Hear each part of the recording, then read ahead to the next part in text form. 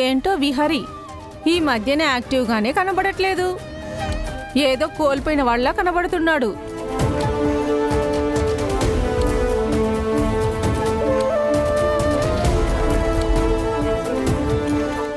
ఏదైతే ఏముందులే వదినా, ఈ ఇంటికి పట్టిన శని వదిలిపోయింది.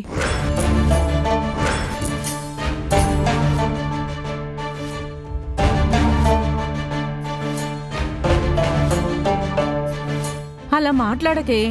అయినా ఎందుకు మనకి ఇవన్నీ? ఆ లక్ష్మి గురించి నిజాలు మాట్లాడితే తప్పేముంది? ఈ ఇంట్లో పని మనిషిలాగా వచ్చింది. ఆ తర్వాత పెత్తనం చెలాయించి అందరినీ తన వైపు తిప్పుకొని అందరి నెత్తికి ఎక్కి ఒక ఆట ఆడుకుంది.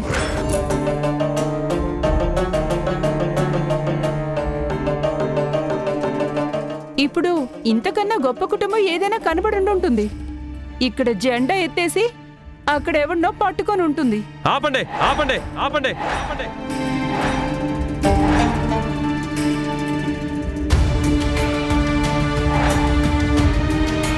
తెలిసి తెలియకుండా లక్ష్మి గురించి మాట్లాడద్దు. అబ్బో, ఆ లక్ష్మి బాగోతో మా అందరికీ తెలిసిందే కదా. ఏ మందు పెట్టిందో మీకు. పని మనిషిలో ఉండాల్సిన దాన్ని కంపెనీలో సీఈఓని చేశారు కదా.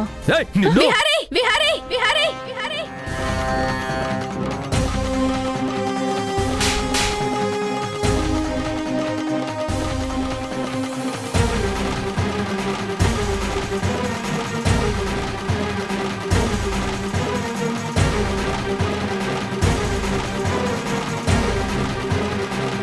అక్క, విహారీని ఎందుకు కొట్టావు? ఇంటికొచ్చిన ముత్తైదువుల మీద అలా చెయ్యి ఎత్తకూడదు కదా.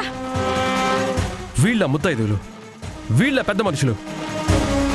అసలు వీళ్ళకేం తెలుసని లక్ష్మి గురించి మాట్లాడుతున్నారు.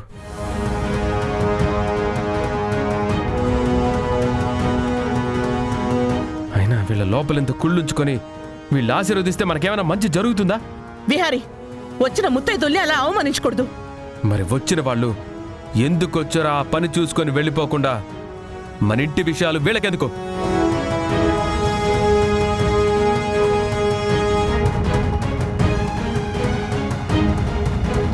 మనకి మంచి జరగాలంటే మంచి మనసున్న వాళ్ళు ఆశీర్వదిస్తే సరిపోతుంది.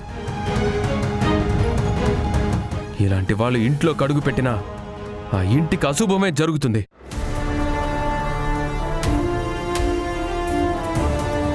పద్మాక్షి గారు, ఏదో మీరు పిలిచారని వచ్చాం.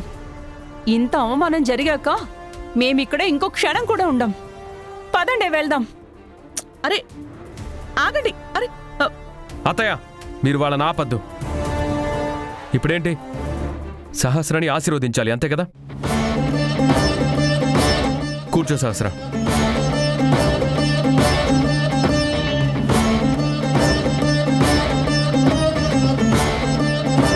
విహారీ విహారీ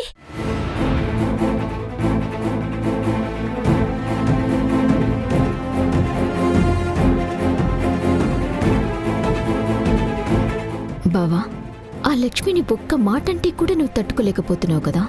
నీ నోటితో నువ్వే లక్ష్మిని ద్వేషించేలా చేస్తాను.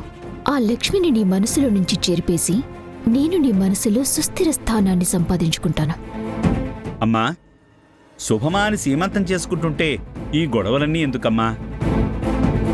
విహారీబాబు చెప్పింది నిజం. మంచి మనసుతో ఉన్న ఆశీర్వాదాలే ఇప్పుడు మీ అమ్మాయికి కావాలి.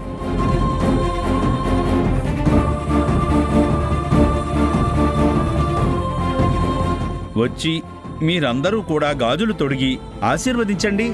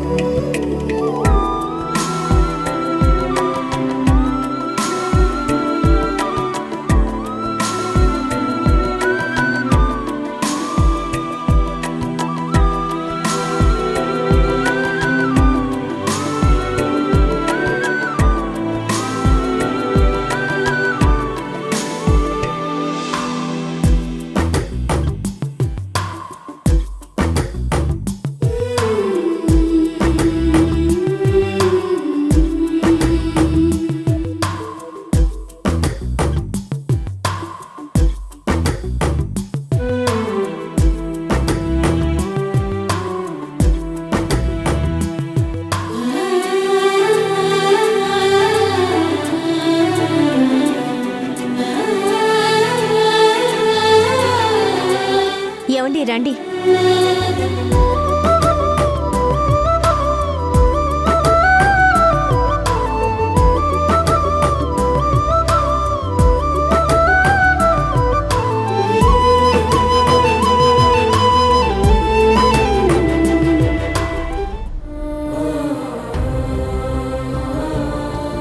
ఈ మంత్రసానమ్మ ఉందో లేదో, నీకు 5వ నెల వస్తోంది. నువ్వు ఆసుపత్రికి రమ్మంటేనేమో రావు. కనీసం ఈ మంత్రసాని దగ్గరైనా తీసుకెళ్లి చూపిస్తాను. నాకేం పర్వాలేదు బామ్మ, నాకే ఇబ్బంది లేదు. కానీ ఇప్పుడెందుకు మంత్రసానికి చూపించడం? పైనంతా బాగానే ఉంటుంది సిరి, లోపల నీ బిడ్డ ఎలా ఉందో ఏంటో మనకెలా తెలుస్తుంది? ఆ మంత్రసానికి చాలా పురుళ్ళు పోసిన అనుభవం ఉంది. పైగా అస్తవాసి నిన్ను నీ నాడిని చూసి నువ్వు నీ బిడ్డ ఎలా ఉన్నారో చెప్తుందమ్మా.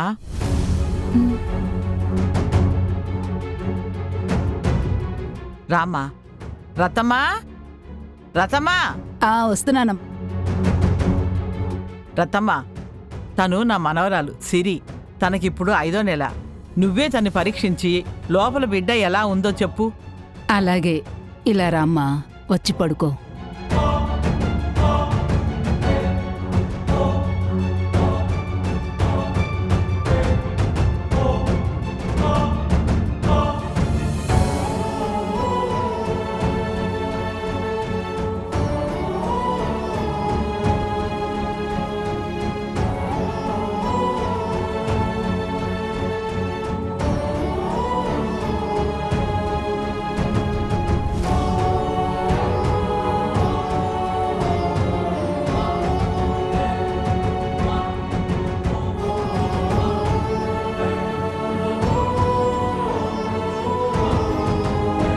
లేమ్మా, కూర్చో.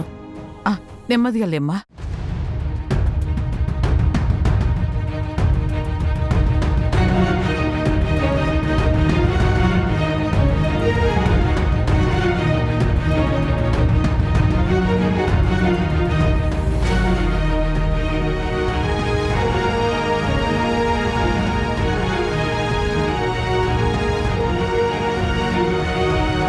రతమ్మా, అమ్మాయికి ఏ ఇబ్బంది లేదుగా? లోపల బిడ్డ బాగానే ఉన్నాడుగా? అంతా బాగానే ఉంది, కానీ లోపల బిడ్డ చాలా బలహీనంగా ఉందమ్మా. ఆహా.